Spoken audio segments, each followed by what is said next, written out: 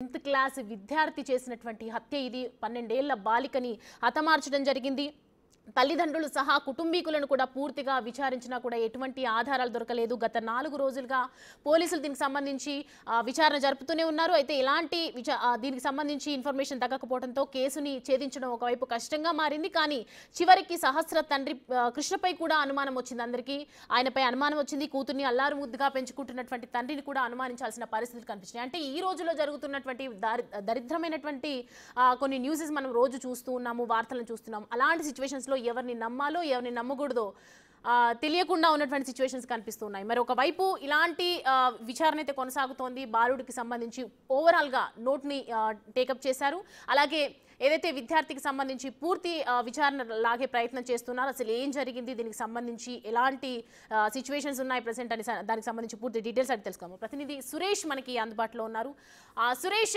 చూస్తున్నాం ప్రస్తుతం అయితే అదుపులో ఉన్నారు కదా బాలుడు మరి ఎలాంటి విషయాలు బయటకు వస్తున్నాయి దీనికి సంబంధించి పోలీసులు ఏం చెప్తున్నారు ఇప్పటివరకు ఇన్ఫర్మేషన్ ఏమొస్తుంది 5 రోజులకి సంబంధించిన మర్డర్ మిస్టరీ ఒక్కసారిగా ఈరోజు వీడడం జరిగింది వీడిన సందర్భంలో ఈ లెటర్ ఏదైతే బాలుడు రాసుకున్న లెటర్ ఉందో ఆ లెటరే ఆ బాలుడిని పట్టించడం జరిగింది మొదట పోలీసులు బాలుడిని అదుపులోకి తీసుకొని విచారించిన సందర్భంలో అతను హత్య చేసిండా లేదా అనే దానికి సంబంధించి అనుమానాలు ఉండేవి కానీ తాను ఇక్కడ మిషన్ డన్ అని లాస్ట్లో రాసుకున్నాడు అంటే ముందుగానే ఆ ఇంట్లోకి వెళ్ళాలి దొంగతనం చేయాలి ఆ తర్వాత అడ్డొస్తే ఎవరినైనా పొడిచి చంపాలి అని చెప్పేసి కూడా మొత్తం ఆ పాయింట్ టు పాయింట్ మొత్తం రాసుకోవడం జరిగింది ఫస్ట్ గో టు హోమ్ అని చెప్పేసి రాసుకున్నాడు అంటే ఆ ఇంట్లోకి ఎలా వెళ్ళాలి అనేది ఒక మ్యాప్ పేపర్లో రాసుకొని దాన్ని పక్కాగా ఇంప్లిమెంట్ చేశాడు జరిగింది తర్వాత టేక్ గ్యాస్ అండ్ టేబుల్ అని చెప్పేసి రాసుకున్నాడు అదేవిధంగా అండ్ నెక్స్ట్ కీప్ ద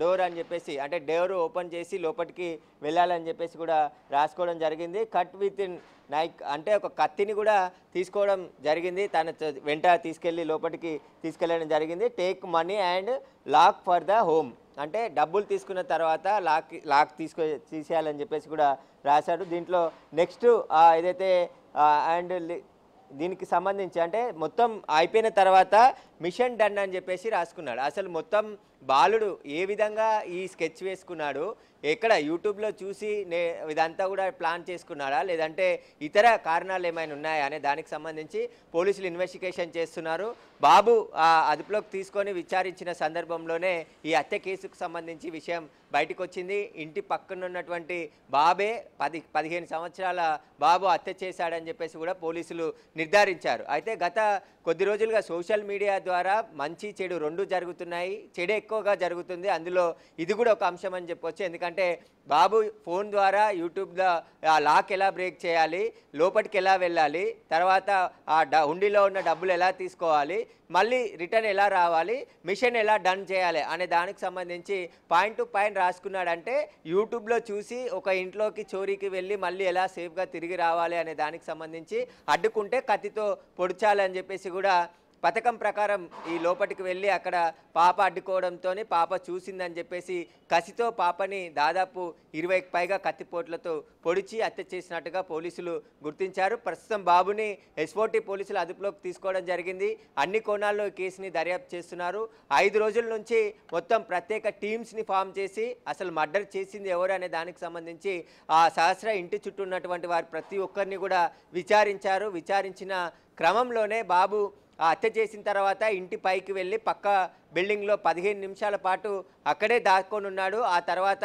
బయటికి రావడం ఆ బిల్డింగ్ నుంచి కిందికి దిగిపోవడం జరిగింది దీంతో ఆ ఇంట్లో నుంచి వెళ్ళలేదు కాబట్టి ఎవరికి అనుమానం రాలేదు అసలు ఆ బాబు హత్య చేశాడా లేకుంటే అంటే ఎందుకంటే అంత చిన్న వయసు ఉన్న బాబు హత్య చేసి ఉండడా అని చెప్పేసి కూడా అనుమానంతో పోలీసులు అతన్ని గట్టిగా విచారించలేదు మొదటి రోజు కానీ ఆ మొత్తం ఈ కేసుకు సంబంధించి ఇన్వెస్టిగేషన్ లోతుగా వెళ్తున్న క్రమంలో బాబు కదలికలు బాబు లెటర్ దొరకడంతో బాబుని అదుపులోకి తీసుకొని ఒక వ్యక్తి ఇచ్చిన సమాచారంతో అదే సమయంలో ఈ బాబు పక్కింటి నుంచి కిందికి దిగిండని చెప్పేసి ఒక వ్యక్తి సమాచారం ఇవ్వడంతో పోలీసులు ఆ బాబుని అదుపులోకి తీసుకొని విచారించిన సందర్భంలోనే ఆ బాబే హత్య చేసినట్టుగా పోలీసులు నిర్ధారించారు కానీ హైదరాబాద్లో ఇంత సంచలనమైనటువంటి విషయం అంటే ఒక మైనర్ పాపని మైనర్ బాలుడు హత్య చేయడం ఇంత దారుణంగా అంటే 20 కత్తిపోట్లు పొడిచి హత్య కసితీరా ఆమె చనిపోయిందని తెలుసుకొని ఆ తర్వాత ఎక్కడ తాన దొంగతనం బయటపడ బయటపడుతుందని చెప్పేసి తెలుసుకొని, ఎందుకంటే సహస్ర కూడా బాబుకు తెలిసిన అమ్మాయే, ఇద్దరు కలిసి ఆడుకునే వాళ్ళు కింద, చిన్న పాప కాబట్టి చిన్నపిల్లలందరూ కలిసి రోజు ఆడుకుంటూ ఉంటారు. అలా పరిచయం ఉన్నటువంటి బాబే ఇంట్లోకి వెళ్ళి హత్య చేయడం అంత సెన్సేషనల్గా మారింది అక్కడ సందర్భంలో.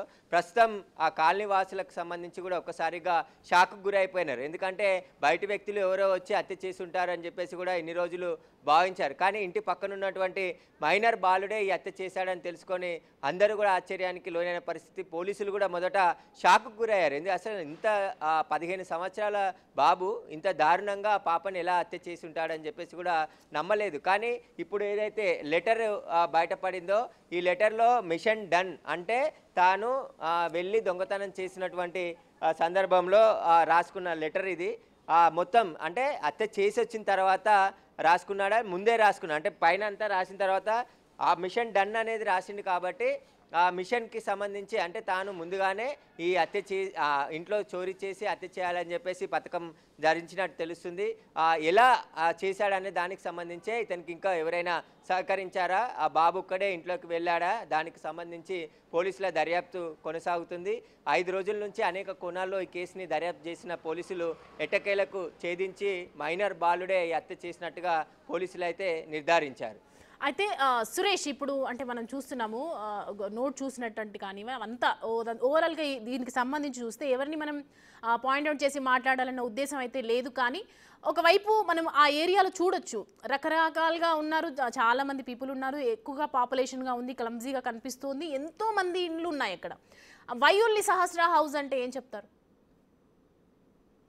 అంటే మొదటి నుండి కూడా అంటే పక్కింటి వాళ్ళే హత్య చేసి ఉంటారని చెప్పేసి కూడా పోలీసులు ఆ కోణంలో దర్యాప్తు చేసిరు. అసలు అంటే పెద్దవాళ్ళు ఎవరైనా చేసి ఉంటారు, లేదంటే ఆ కుటుంబంతో ఏదైనా గొడవల జరిగి కక్ష పెంచుకొని హత్య చేసి ఉంటారా అనే కోణంలో పోలీసులు దర్యాప్తు చేశారు.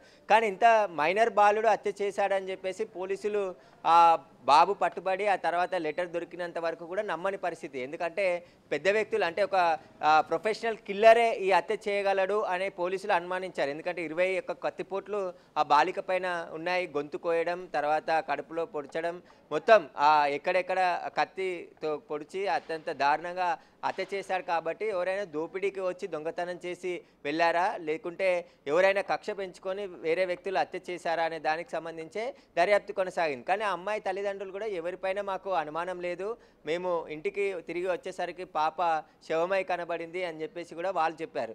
అయితే పోలీసులు అన్ని కోణాల్లో ఇన్వెస్టిగేషన్ చేసినప్పుడు ఆ బస్తీ వాసులని, ఆ కాలనీలో ఉన్నటువంటి ప్రతి ఒక్కరిని ఇన్వెస్టిగేషన్ చేసి అనుమానితులుగా విచారించారు. విచారించిన క్రమంలోనే ఒక వ్యక్తి ఇచ్చిన క్లూతోని ఒక బాబు ఆ పక్క బిల్డింగ్ నుంచి 15 నిమిషాల తర్వాత రావడం జరిగింది, మేము చూసామని చెప్పేసి అతను చెప్పిన క్లూతోని పోలీసులు బాబుని అదుపులోకి తీసుకొని విచారించిన సందర్భంలోనే హత్య చేసినట్టు నిర్ధారించారు. హత్య చేసిన తర్వాత కూడా బాబు అక్కడే తిరుగుతూ ఉన్నాడా, వాళ్ళ ఇంట్లోనే ఉంటున్నాడు.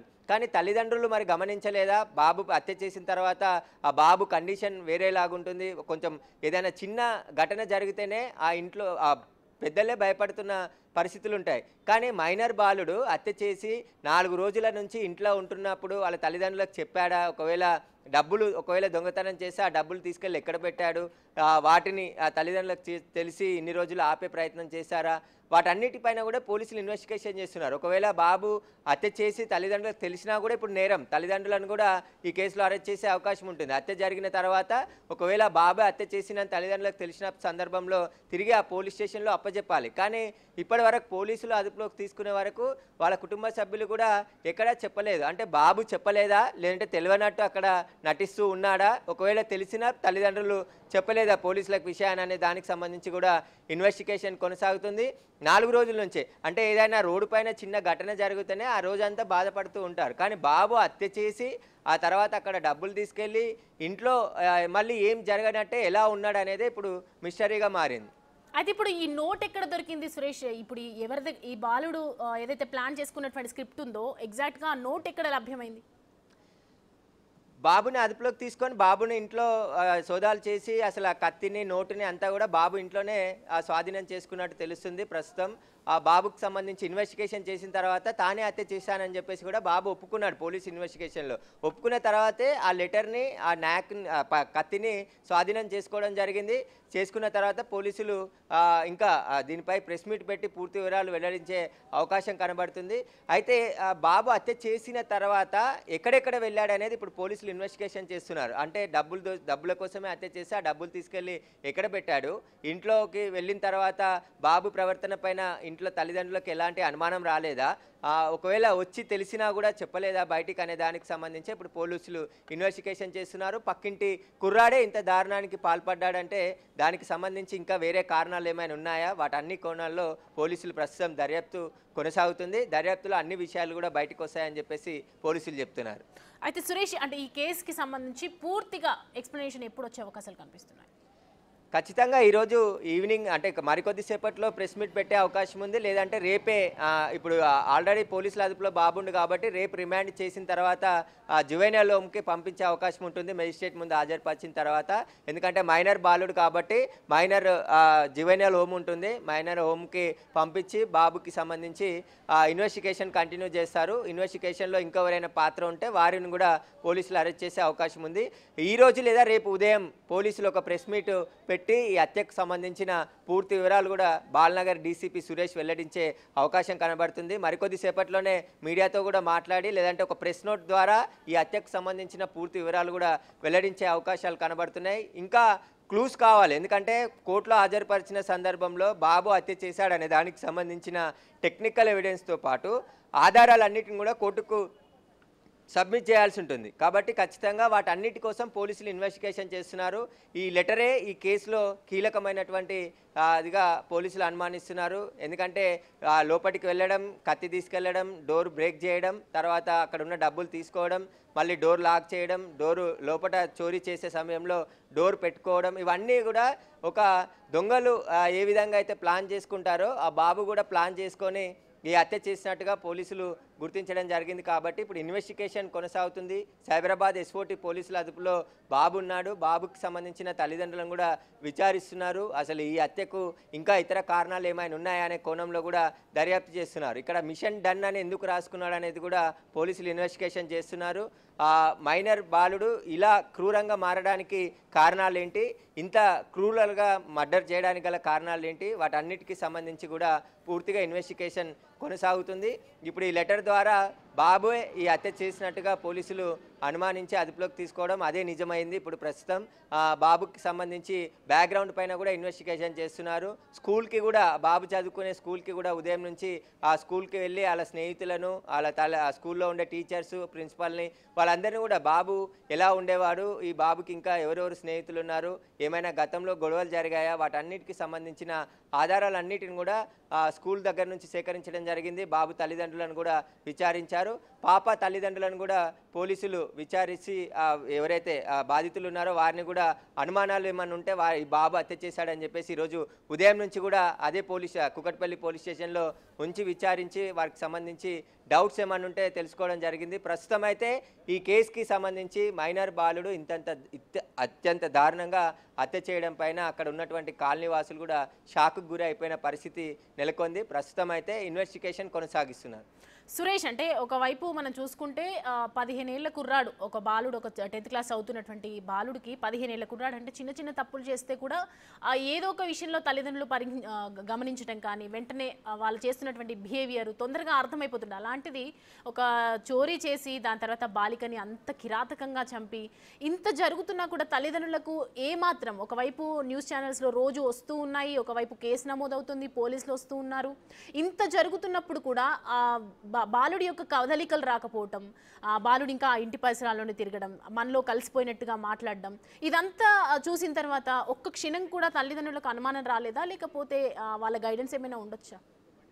అంటే పిల్లల పైన తల్లిదండ్రుల అబ్జర్వేషన్ ఉండాలని చెప్పేసి అనేక సార్లు పోలీసులు చెప్తున్నారు. ఎందుకంటే పిల్లలు ఎక్కడికి వెళ్తున్నారు, ఏం చేస్తున్నారు, టైంకి ఇంటికి వస్తున్నారా, స్కూల్ నుంచి కావచ్చు, కాలేజ్ నుంచి కావచ్చు, ఇతర ప్రదేశాలకు వెళ్తున్నారా, ఇలా డ్రగ్స్ కానీ తీసుకుంటున్నారా, ఎందుకంటే ప్రతిరోజు పిల్లల్ని చూసే తల్లిదండ్రులే. కాబట్టి తల్లిదండ్రులు వారి అబ్జర్వేషన్ ఏముంది, ఎక్కడికి వెళ్తున్నారు పిల్లలు, ఏం చేస్తున్నారు, వారి కదలికల పైన కూడా వారికి అనుమానం వస్తుంది. ఎందుకంటే రోజు పిల్లల ఉండే బిహేవియర్ కానీ తర్వాత ఇప్పుడు ఇన్సిడెంట్ జరిగిన తర్వాత మొత్తం చేంజ్ అవుతుంది. కొంచెం ఎంతనో కొంత మార్పు వస్తుంది. ఆ మార్పులో అనుమానం వచ్చినప్పుడు వెంటనే వారితో మాట్లాడడము, ఏం జరిగిందని తెలుసుకోవడం, ఇవన్నీ కూడా చేస్తుండాలి. కానీ ఇక్కడ బాబు తల్లిదండ్రులు ఏం చేయలేదా? ఒకవేళ తెలిసి బాబు పోలీసులు